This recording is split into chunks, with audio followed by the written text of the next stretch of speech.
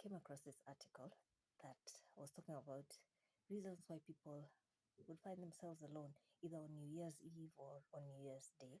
And I thought it was really interesting. There are about 4 or 5 different groups of people who will find themselves spending their New Year's alone. And I wanted to share what I read with some of you.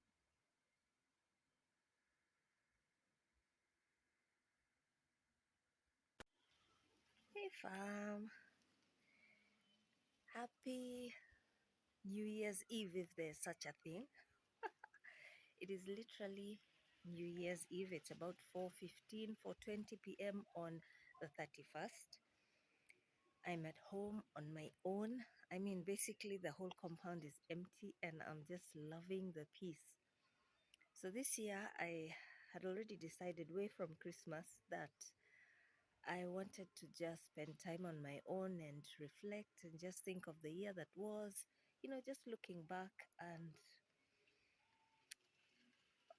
just from now already that people have left and gone on their outings, it feels so peaceful.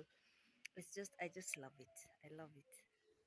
So what I had in mind for tomorrow, starting this evening, is just to generally, enjoy the peace, reflect on a lot of things, on the things that I want to change in the new year, you know, what maybe went wrong and what I would like to do differently as the year begins. Generally, just have time to myself, which I rarely do.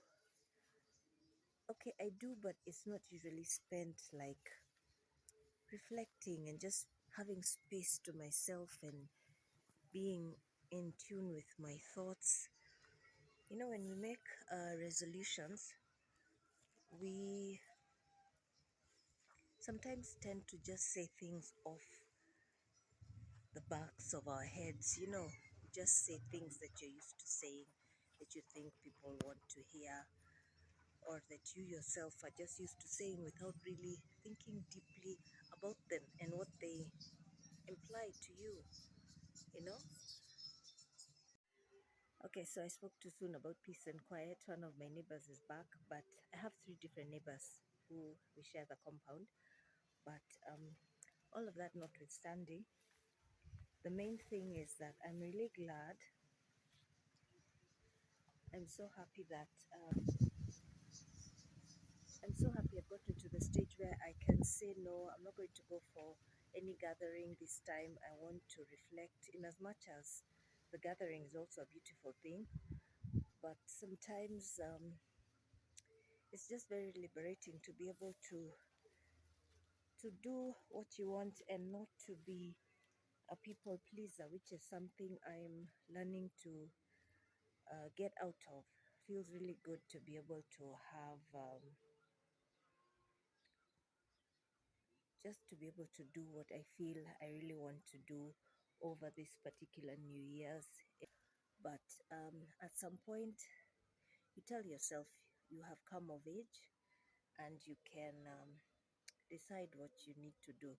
So that is really not the point of this video. This is just an intro to what's going to be a very interesting and different New Year's.